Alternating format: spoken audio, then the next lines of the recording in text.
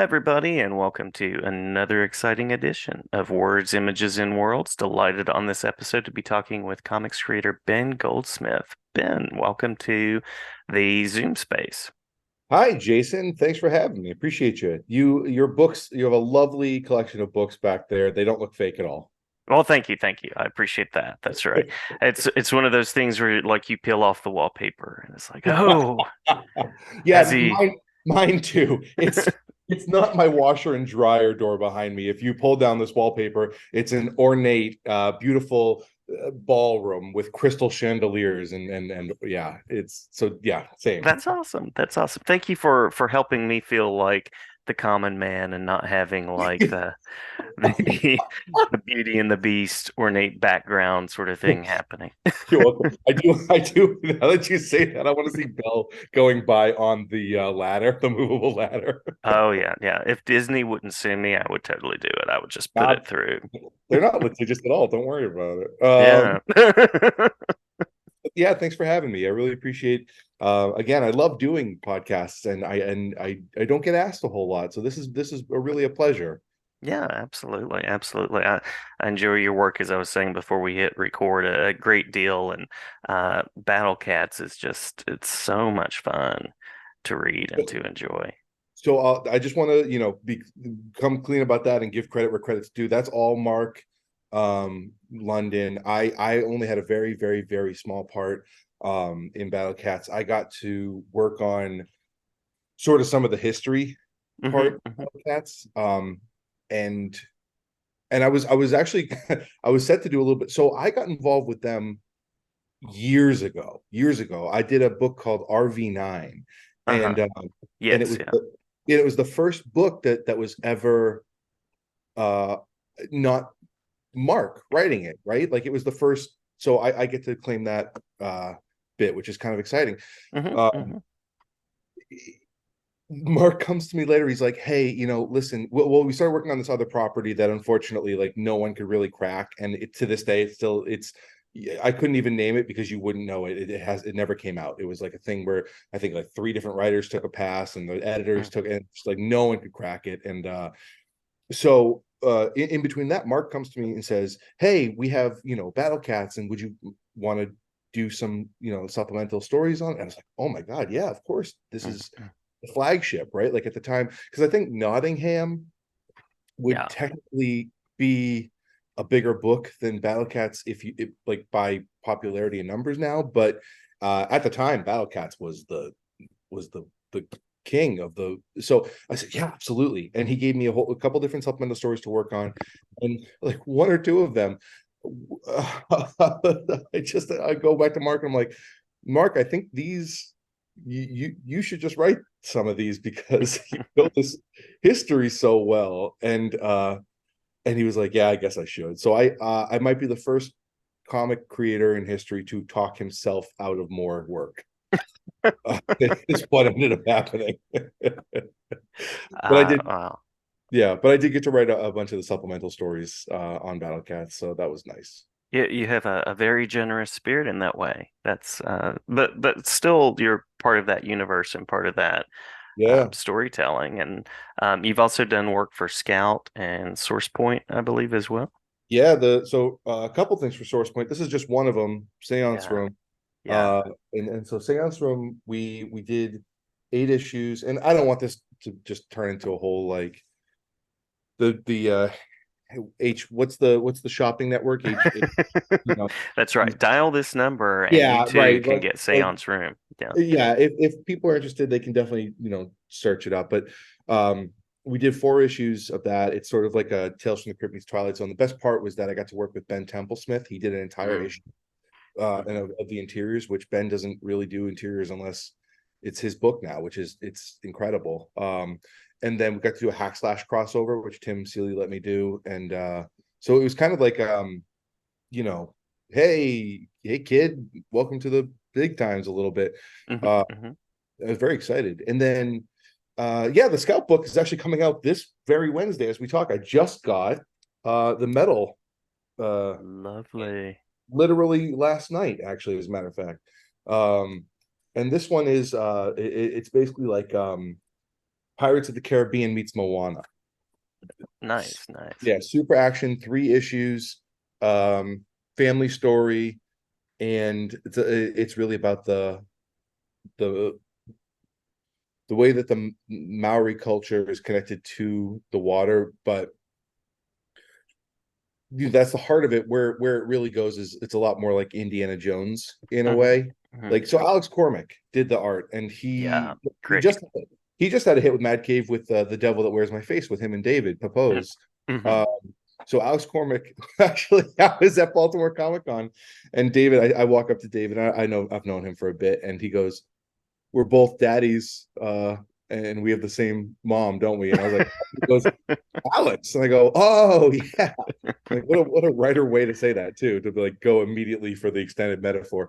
And so so Alex was working on this book at the same time, and we I love it. He told me, he goes, I want to do like I love Indiana Jones. My son loves those types of movies, and I want to do something like that. And I said, cool. Well, can we do it on the water? And he said, yeah. So there's certainly the bit about like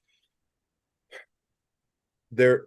I don't want to get too much into it. Just read the book. Just It's a everyone good read book. the book. It'll be great. It'll be great. Ghosts on the Water. Ghosts on the Yeah, Water. Yeah. yeah, it's beautiful. It's 3 issues. Your time and financial commitment is not massive, Yeah. so just read the damn thing. That's all I have to say. It's cool stuff. Cool stuff. Yeah. Um, well, I think I've had David on. I think Alex is going to come on at some point in the new year, maybe. So we'll have like a creators circle there. The whole family. You'll The whole family. close the loop. That's right. I'm sorry for you. He's so boring when you talk to him. God, oh gee, it's like pulling teeth. I want to warn you Yeah. right, Jason. And blessings to you for getting through that conversation. I can barely stand him as a human being. It's kind of you to work with him anyway. It's kind of I slum it. I slum it to be with him. yeah. And for anyone, and the comics industry is pretty sardonic to begin with, but I'm from Boston, if you can't tell by the mighty Boss Tone shirt and the Boston hat. Hmm. Uh, Hmm. and that's the sense of humor. I lived in California for a bit, and I just didn't realize that level of sarcasm. To be clear, I think Alex is probably one of the greatest, not only artists, but also one of the nicest people to talk to. He's hilarious. Like, he is top tier human being, cream of the crop, no question, right? I was getting that ironic idea. Yeah, Yeah. and, yeah. but it is very funny, because I do think a lot of people, they, especially it's a very West Coast East Coast thing. In the West Coast, they'd be like, how dare you? Mm. How, he is a nice person, sir. And I'd be like, no, I know. That's why I'm saying these awful, horrific things about him. But so I guess I do understand how that makes no sense. Uh, but listen, it's just how we do. That's So right. That's right. yeah, no, Alex is terrific. You're lucky to have him. And so am Oh, I. thanks, thanks. Hopefully it comes together and all of that and the circle closes. And you are delightful already. Hey, thanks. I Yeah, appreciate it. Again, you're getting like, I don't get to do many of these, so I'm kind of like throwing all of the fun energy on you right now. I So appreciate that. okay, good. Yeah, it works. It works. Um, so we've named several titles that you've worked on. What connected you to the world of comics? When did you know comics were the thing for you? I was, oh wow. Solid question. I was in Los Angeles. What about you? I don't want to talk about me. Mhm. Sure, sure, sure. I'll be glad to share. I was 7 years old. I got sick. I read a Batman annual that Mike Barron wrote, and I was like, "This is it." well, so similar. I was homesick in Los Angeles when I was living Hmm. there, Hmm. and I just remembered being like loving Batman, and then New 52 had just started coming out, Oh yeah, yeah. and so I jumped back in whole hog. Probably ended up reading every single series that came out with that New 52 run, Hmm. uh, and rereading a couple of them, and they were the ones I reread. Was the Dark Knight, which the Dark Knight, because the Batman, the Snyder run was so huge that I think the Dark Knight run kind of got overlooked, but I really liked the Emperor Penguin and all that kind of stuff. So Hmm. uh Yeah, same. I'm firmly a DC fan. Yeah, yeah. I I don't know, man. It's just always been that way. Like I appreciate, obviously, like Jason Aaron's run on anything from Marvel Hmm. is a win, right? Like, there's always gonna be, even if you don't like something, you're always gonna find something to like about it. Yeah. So there's definitely people, but yeah, for some reason DC's the characters just always stuck with me a little bit more. And into this day, like I sort of now read a lot more of whatever my friends are working on, Hmm. right? Or like people I appreciate, like Benjamin Percy, who Oh writes yeah. a lot for Marvel, and so he writes books as well. So I just finished his book, The Dark Net, and Hmm. enjoyed that. So that's really more of where it's at. Like I'm trying to support these more personal ventures, you Hmm. like JM DeSantis, DeMatteis. So many names in my head. It's all good. It's all good. He did like a whole bunch of great stuff. But he did a book called um Moon Moonbeam, Moon Dance. I have the original Vertigo collection of it, the single issue one, and it's stunning and it's perfect and it's amazing. Hmm. And I talked to him about it and I was like, this is my favorite book. And you could tell like it lit up for him. And I Yeah. get friends all the time who go to conventions and they're like, I got so and so to sign his the small and like I had a friend go up and give Frank Miller the RoboCop that he Yeah. did. Yeah. And Frank spent time with him, right? Because it's not Dark Knight. It's not the Daredevil issue, that he started on. What was that? What was that one? Someone's gonna kill me for not knowing this. Uh I'll do a Google search. yeah. So because technically I know this, the one that Frank Miller drew, he drew it first before he started writing, and it was the one with the gravestone on the front. You probably see it there. 163, I want to say. I'm so wrong. It's okay. We will do a quick fact check. All right. So while you're looking at that, so that's what I do now is I try to read a lot of like the more passion projects, personal things, independent stuff. And but I did just read all of Night Terrors, like I read all of that. Um, Yeah. at the suggestion of a friend of mine who runs a comic shop um up this way. Yeah. So uh but Batman, yeah, Batman, same man. Totally. Totally. That was issue 158. 158 Oh, I was was that one. so close. I said 163. Yes, Oh, you were right there in the ballpark. Yeah. Yeah. I was also going to point out you mentioned the Snyder run on Batman, and I just want to point out the Scott Snyder run makes the Zack Snyder films just like seem so friendly, so kid friendly, and just so warm and like like people give Zack Snyder the Zack Snyder verse, I guess, all sorts of grief. But I'm like, read the Scott Snyder run and then yeah. see what you think. It's like Disney, and now Disney's gonna totally come after me for referencing them Yeah. twice. Again, you're getting sued one way or the other with Disney today. Yeah. Um, yeah, I agree, especially the Gordon's son. Hmm. Hmm. When that that whole run I'm talking about, right? Yeah. Yeah. Yeah, like that. It was before he actually got the official Batman title, and it was James Gordon's son. Uh, Too early in the morning for me to think of the specifics, but essentially that one is a horror movie of a comic and it's fantastic.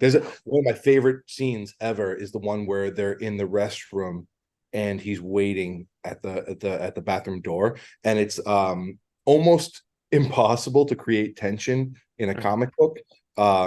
It's just probably one of the hardest things you're ever going to try to do, because to create tension you have to control the flow of time, Hmm. and you have almost no control of it when someone else is executing the reading, right? Hmm. Um, there's definitely tricks and stuff. And actually, as a matter of fact, the book I did with Ben Templesmith is essentially 22 pages of attempting to preempt your physical experience of reading, not craft a story, but the actual event of reading, what happens to you in that moment, right? Mm-hmm. Um, Mm-hmm. I did theater for years and years and years and years, and the biggest thing you're always trying to do in preparing for it is to anticipate a reaction, a human reaction from people you don't know, based Yeah. on the best you can come up with for a group of people, right? Like your best guess about how this reaction is going to be. So I guess I was thinking, like, why can't you do that with comics? Like, what's that thing that's stopping you? And Mm-hmm. that was the biggest thing, is like it's the passage of time. And with things like fear, comedy, it's all about timing, right?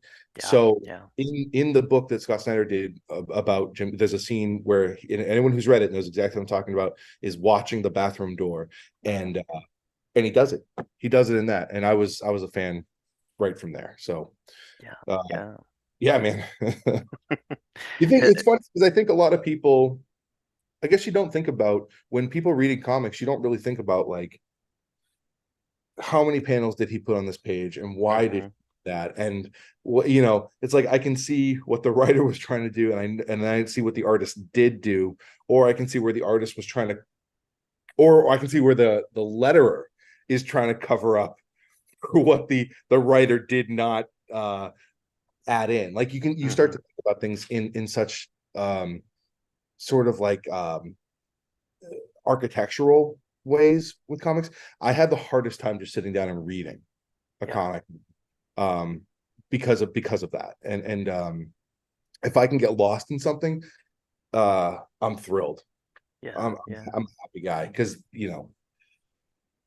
what has that been recently? What's the thing that I've read the most recent where I got like lost into it?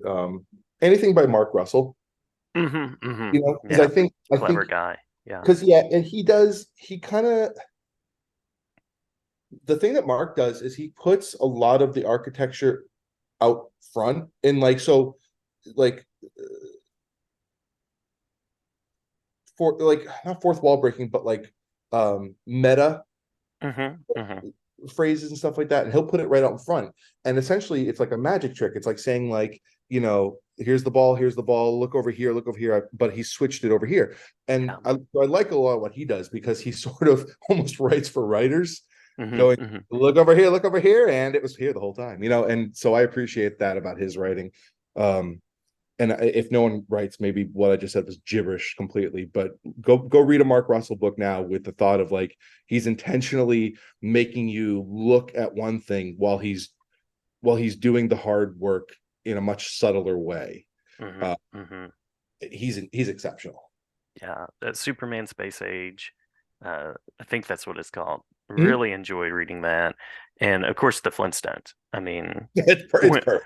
when It's a friend of mine said you should read the Flintstones, I was like, really, the Flintstones? And then I read it, and I was like, oh, this is really well done and really and, interesting and and, satirical. well, and his not Pink Panther, but the other one there. Oh, Hanna-Barbera fans, leave me alone. Who's the Fuck, heaven's the purgatory. Yeah, yeah. Snagglepuss. So he Yeah. Snagglepuss. He did a 6-issue arc on that too, which basically like mirrored the life of a Southern playwright, and it was like, come on, man, this is wild stuff for you. Yeah, yeah. Yeah, what you're saying about comics and the architecture makes me think like if you were a chef and you go out to a restaurant, I mean, you're gonna be like, oh, they plated it that way. Oh, that's interesting. Yeah, Or, if you're a musician and you listen to a composition, it's like it needed more cowbell, it always needs more cowbell. it Yeah, always does. it's Yeah. really tough, right? It is, and so I think that's what ends up happening. Why you end up getting these people who write, um, like these directors who are writing these movies that are so up their own ass. It's because at a certain point they're writing these movies for them, Hmm. and it's a small demographic of people, and it's exceptionally done. um like Hateful Eight, right? Like Hateful Eight, Tarantino has gotten to that point where he's writing movies and making movies for the people who are obsessed with Mhm. movies. Mhm. Uh, and so yeah, there's I think everywhere. I might have to switch over to my phone because I actually have to be somewhere at 10:30. Oh, yeah, no worries. We can kind of close it. Oh, Yeah, really? Is this about how long they usually go? they're usually about 20 to 25 minutes, but I Oh, don't want cool. to cut you off. I You also should. You don't want should. to keep Otherwise, you. I'll go all day on every subject if you let me. So don't, yeah, cut me off at some point. Yeah, no worries, no worries at all. But I want to give you the chance. I was going to ask about the connections to horror and sort of thriller suspense, because we talked about the connections to the world of comics. But if you need to switch to something else, by all means. I might have. Let me try tapping launch meeting. Yeah, let's see what happens if I launch the meeting. I'm going to be talking to in 2 a.m. progress. Oh, what just happened? I can still hear you. Hey, We are in a multiverse experience right now. We just opened up a jump point. Where's Kamala Khan? Seriously. you, you guys are coming with me on a trip into my car. So This enjoy is this. like Cribs. This is great. Oh yeah. Hey y'all, what's going on? This is my Frankenstein skateboard that lives at my house. Wicked, wicked. This is a Oh, first for the podcast. yeah, the mobile version. Yes, yeah. Well, the switch to mobile. I've had a couple of people be mobile, but yeah, Um, lovely so all right. jacket weather there. I see you in Boston. Oh, very much. It's also, you can see that I live in an apartment complex that looks like a hotel. Yeah. Um, I hate it. My wife loves it. I think I saw the Shining Girls back there. I think they were back there.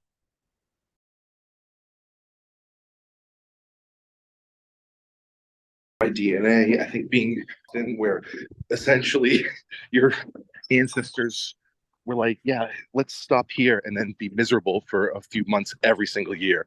Yes. And then Yep. other people kept going, right? Like you can even see, like, oh, pretty tree. I love it. Love it. So there's something about being from this place and being a horror fan. Um, I like how you're that connecting the threads. that be thanks, man. Right? That's what writers do. You figure out how to connect the tissue. Um, and gave backstory at the same time, right? Mm-hmm. Here, I think this should. Am I okay? Am I okay that way? Yep, you're great. Looks good.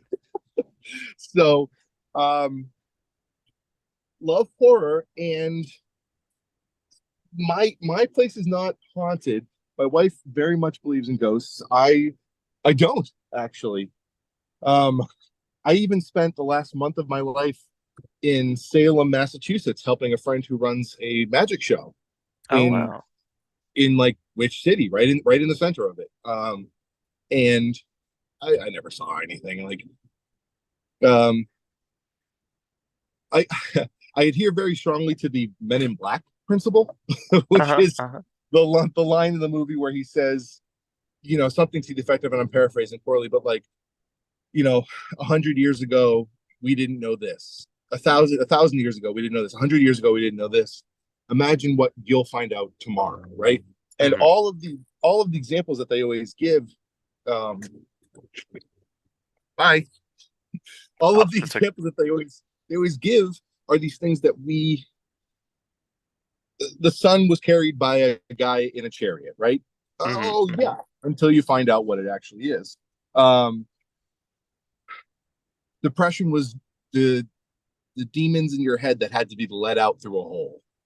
Right. Okay, until you find out what it is. So there are more examples of that than there are examples of legitimately corroborated experiences of supernatural hmm that would make me say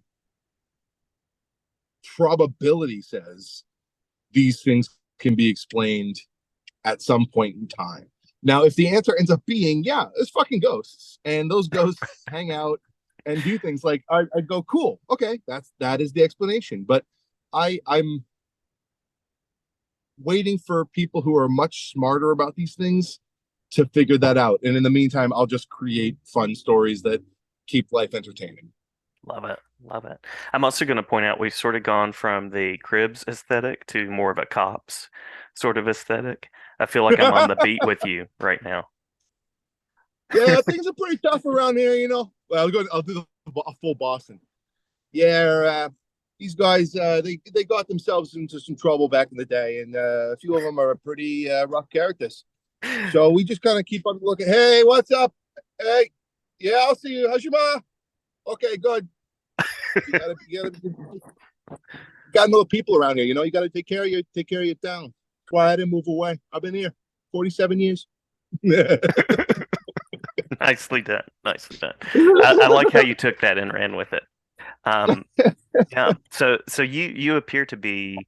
I think you have an appointment. Is that right?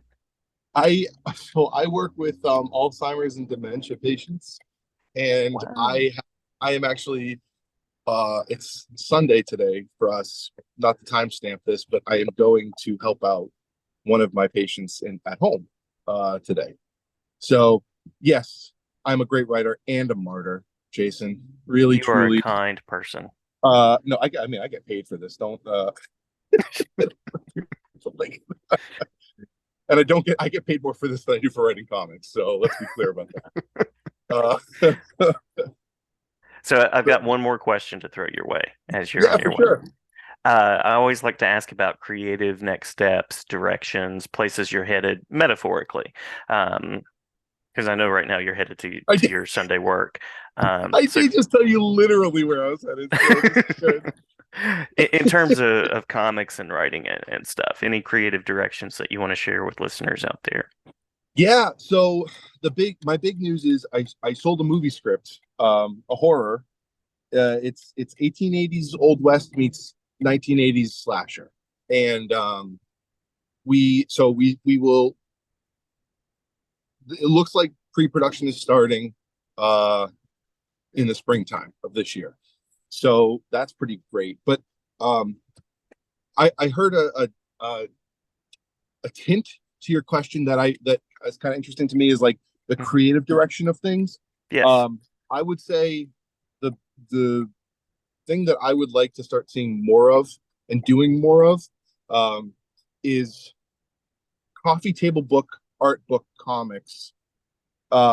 Things that when you read a regular comic, you're getting so many panels all at once, and Uh-huh. you really aren't taking time to appreciate how good each of those panels is, and that artist is being overworked Yeah. uh, Yeah. for what they're doing. So why keep doing that? I think I want to do the next book I really want to do is like the old school, a little bigger than magazine size, maybe. Maybe magazine size is good, but each page is a pastiche Mhm, of the mhm. story that the artist can really give their all to for a full page of something. Um, and not like the death of Superman, where it's like it's just a comic panel, but like meld art and story in a new way that, and then you can show it off too. You can actually like enjoy having it out, and yeah, that's my new goal is to I like it. I like it. maximize everyone's effort and have something that might be more, right? Like Mhm. less time, more product. That to me, and I think you can. It's funny because I don't think it has anything to do with. I mean, some story aspects for sure, but it's mostly from a production standpoint. This is better. Mhm. I believe, and I've already written a couple that you can do the exact same thing you do with a comic book in this format. In Love it. terms of storytelling, so I feel very strongly about that. So that's I got a couple things in the works for that. Awesome. Awesome. Awesome. Well, I'll be sure and post this with some links. We might put like the Stay Puffed Marshmallow Man or something over your destinations and things just to give it some nice anonymity and also some fun little bling there. But glad to talk with you. I know you have some appointments today and I appreciate your time. And next time, carpool karaoke. Cut done. I had the time of my life. I'm glad to hear it. I'm glad to hear it. And thanks so much for talking with me. And I'll send these links back around to you. Thanks, Jason. Bye, buddy. All right. Bye. Thanks.